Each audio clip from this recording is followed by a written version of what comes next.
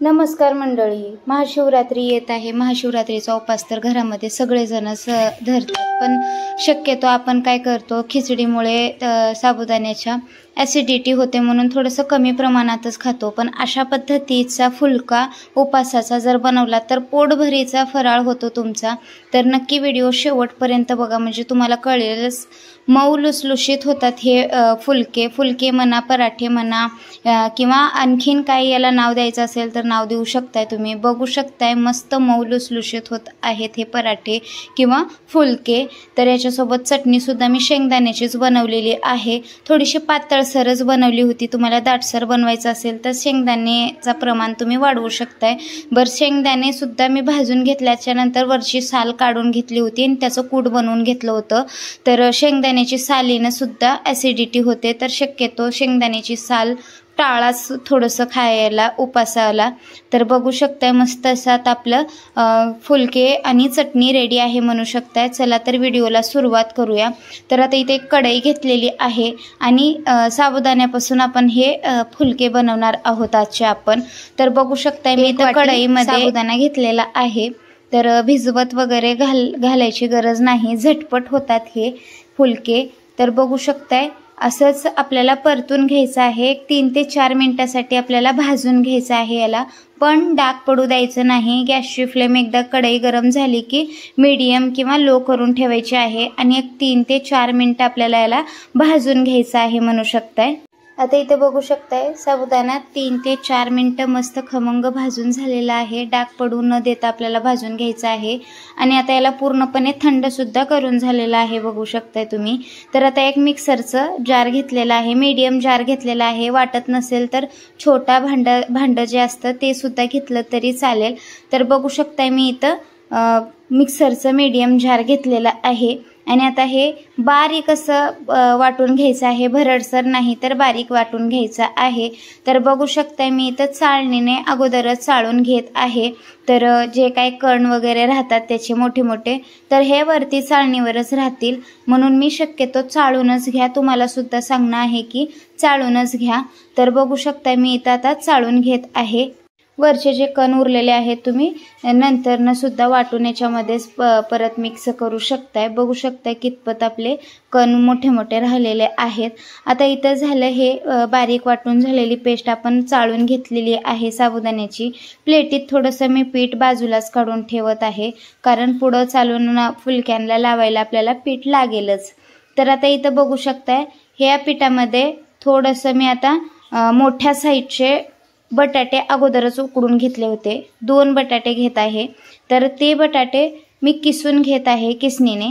तर मोठ्या साईजचे 2 बटाटे घेतलेले आहेत मी।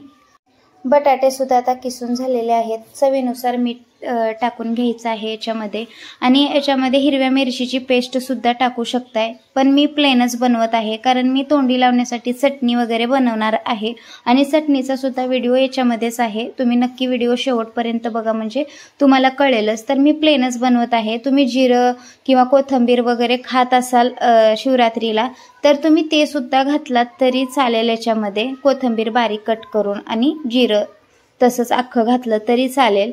तर बघू शकताय मी इथं खात नाही आमच्या घरी म्हणून मी घातलेली नाही याच्यामध्ये, प्लेनच बनवत आहे। तर आता ह्याला घट्टसर गोळा मळून घ्यायचा आहे बरं का। आता याच्यामध्ये जेवढं मॉइश्चर आहे किंवा ओलसरपणा आहे या बटाट्यामध्ये ते सगळा ॲब्झॉर्ब झाला पाहिजे या पिठामध्ये।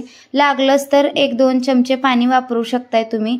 तर मळून याला थोडंसं मऊसरपणा केलेला आहे किंवा मऊसर पीठ असं मळून झालेलं आहे म्हणू शकताय। तर बघू शकताय मस्त असं गोळा आता मळून झालेला आहे आपला।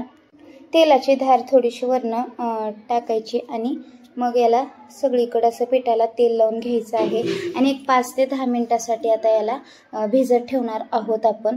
तर बघू शकताय मी वरती झाकण ठेवलेलं आहे आणि याला 5 ते 10 मिनिटासाठी आता आपण भिजत ठेवणार आहोत। तवर आपण चटणीची तयारी करून घेणार आहोत। आता एक मिक्सरचं भांडं घेतलेलं आहे, त्याच्यामध्ये मी 4-5 हिरव्या मिरच्या टाकलेल्या आहेत। आता इथं शेंगदाण्याचं कूट मी अगोदर सांगितल्याप्रमाणे वरची साल काढून मग वाटून घेतलं होतं। तर तुम्ही सालीसकट वापरू शकता किंवा पित्त होतं म्हणून मग मी शक्यतो टाळले शेंगदाण्याचं साल काढून टाकलेली आहे या ठिकाणी.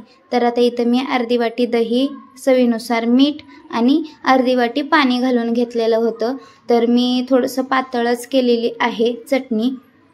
तुम्हाला आवडत असेल तर तुम्ही दाटसर पण करू शकताय. शेंगदाण्याचा प्रमाण तेवढा वाढवून घेऊ शकताय. तर आता इथं पीठसुद्धा भिजून झालेला आहे आपलं, बघू शकताय मऊसरपणा आलेला आहे पिठाला. तर आता इथं गोळा घ्यायचा आहे.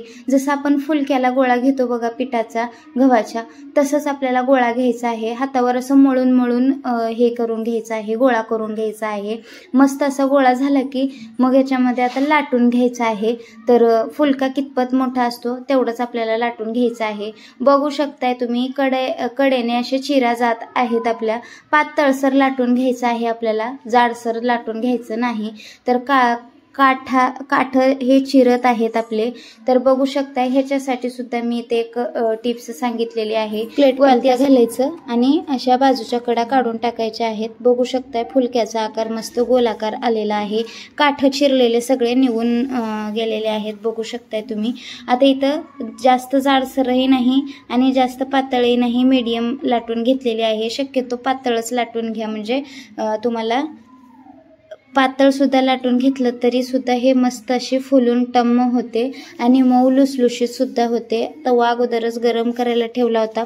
तवा गरम झाला की याच्यावर लगेच ही टाकून घ्यायचं आहे फुलका आपल्याला. तर बघू शकताय एक बाजू भाजून झाल्याच्या नंतर लगेच पलटी मारून घ्यायची आहे आणि भाजायला सुद्धा वेळ लागत नाही बरं का मंडळी याचा. तर बघू शकताय मस्त असं भाजून घेत आहे या ठिकाणी आता. आणि खालची बाजू सुद्धा न हात लावता सुद्धा फुगून टम्म होते. तुम्हाला व्हिडिओमध्ये दिसतच असेल. तर अप्रतिम दिसत आहे आणि चवीला सुद्धा भन्नाट लागते. मी ट्राय केलेला आहे 1-2 वेळेस हा पदार्थ बनवलेला आहे. नक्की पहा व्हिडिओ शेवटपर्यंत आणि नक्की या शिवरात्रीला करून बघा. बघू शकताय मस्त टम्म फुगलेली आहे आपला फुलका म्हणू शकताय. तर गॅसवर नाहीतर तव्यावर सुद्धा ही टम्म फुगून झालेली आहे. अशाच पद्धतीने खमंग असं भाजून घ्यायचं आहे. तर बघू शकताय मस्त असा आता फुलका आपला रेडी आहे म्हणू शकताय. अप्रतिम दिसतोय, चवीला सुद्धा भन्नाट लागणार आहे हा फुलका.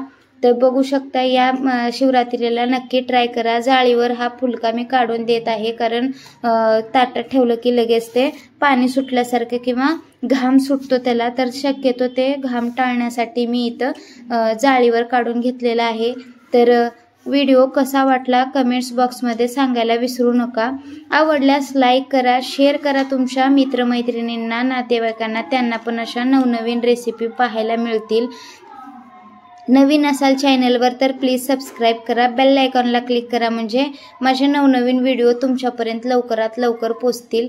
परत भेटू अशा एका नवीन रेसिपीसोबत. तोपर्यंत धन्यवाद.